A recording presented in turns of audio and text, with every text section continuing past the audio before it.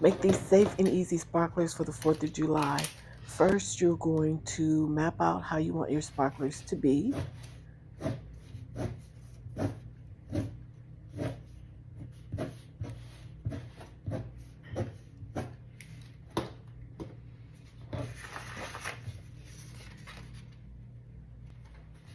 Then you're going to go over it with glue.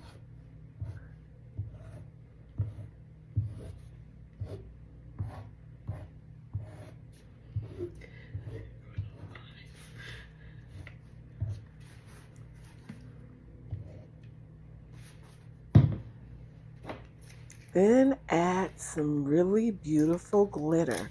I am doing blue. You can use whatever color you want, multicolors, anything you want. Your students can actually do this part. Then you're going to let it dry and cut it out to be a nice sparkle.